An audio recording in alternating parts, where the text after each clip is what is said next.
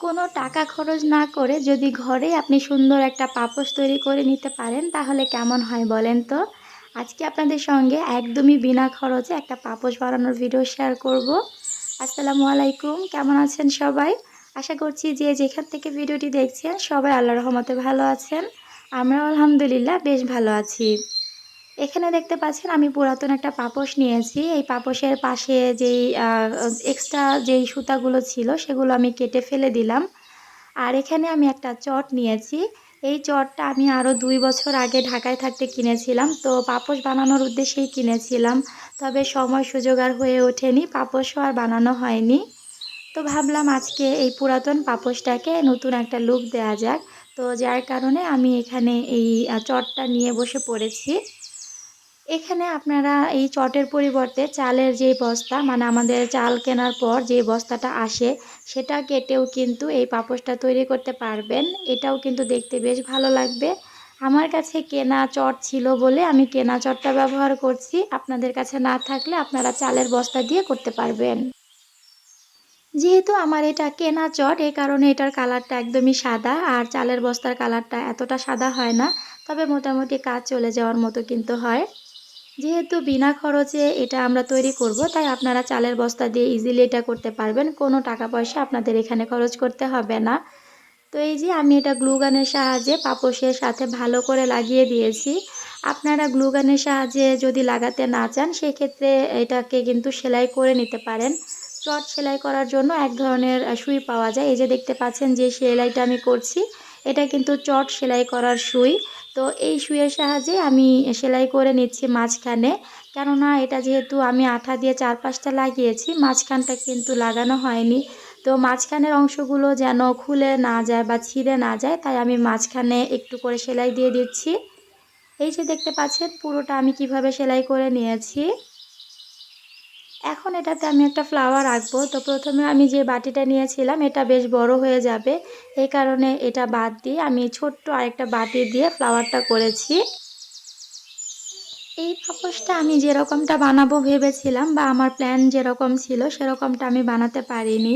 আমি ভেবেছিলাম এটা অনেক সুন্দর করে বানাবো, যেহেতু এটা আমার আরও ২ বছর আগের একটা আইডিয়া ছিল এরকম একটা পাপোশ বানানোর। তো এটা বানানোর জন্য আমি অনেক বেশি এক্সাইটেড ছিলাম। তবে বানানোর পর এটা একটু নষ্ট হয়ে গেছে। তো কিভাবে নষ্ট হলো সেটাও আমি ভিডিওতে শেয়ার করছি। তার আগে দেখেন এই যে আমি ফ্লাওয়ারগুলো এঁকে নিয়েছি, আর এখানে আঁকতে গিয়ে দেখলাম যে একটা ফুলের পাপড়ি আমি কোনোভাবেই দিতে পারছিলাম না। তো যাই হোক, এটা কোনো সমস্যা ছিল না। এটাকে আমি চাইলে রং দিয়ে কভার করে নিতে পারতাম। সমস্যা যেটা হয়েছে, এই মাঝখানে আমি পার্পেল কালারটা যখন করছিলাম তখন এই পার্পেল কালারটা আমার হাত থেকে পড়ে সাইডের একটা অংশ একটু কালার হয়ে গিয়েছিল। এই যে দেখতে পাচ্ছেন এই কালারটা হয়ে যাওয়াতে আমার পাপোশের পুরো লুকটাই চেঞ্জ করতে হয়েছে। এই একটা মাত্র মিস্টেকের কারণে আমার পুরো পাপোশটাই নষ্ট হয়ে গিয়েছিল। যেহেতু এই জায়গাতে কালার পড়েছে আর এই কালারটাকে হাইড করার জন্য আমাকে ফুলের পাপড়িটা এই দিক থেকেই নিতে হতো।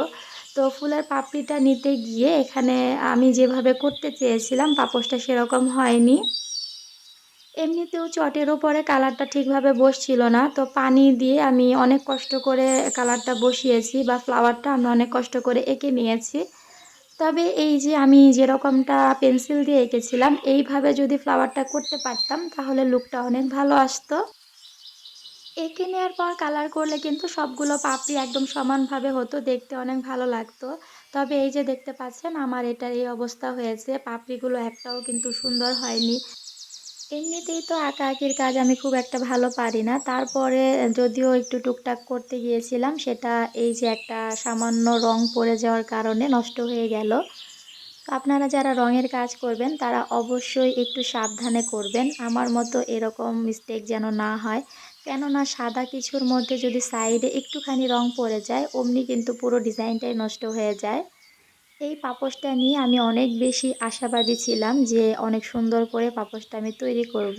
তো সেটা তো আর হলো না। তবে ইনশাল্লাহ পরবর্তীতে আমি আবারও একটা পাপোশ করব। আর সেটা যেন এরকম মিস্টেক না হয় সেই দিকে খেয়াল রেখেই করব। যদি করি আপনাদের সঙ্গে নিশ্চয়ই শেয়ার করব।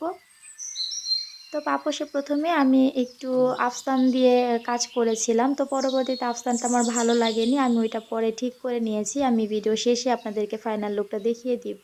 চাইলে কিন্তু এই পর্যায়ে পাপোশটা ব্যবহার করা যাবে। তো এটাকে সৌন্দর্য আরও বাড়ানোর জন্য আমি একটা কাপড় নিয়েছি।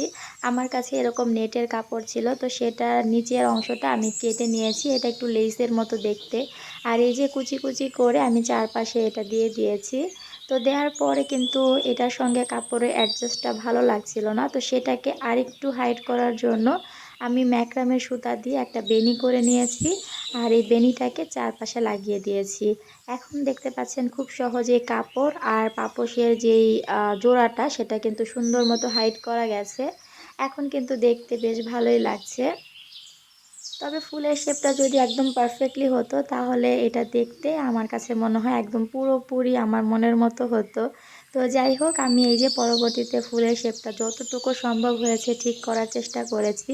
আর আফসানের উপরে পরবর্তীতে আবারও আমি নীল কালার করে দিয়েছি, কেননা আফসানটা আমার ভালো লাগছিল না।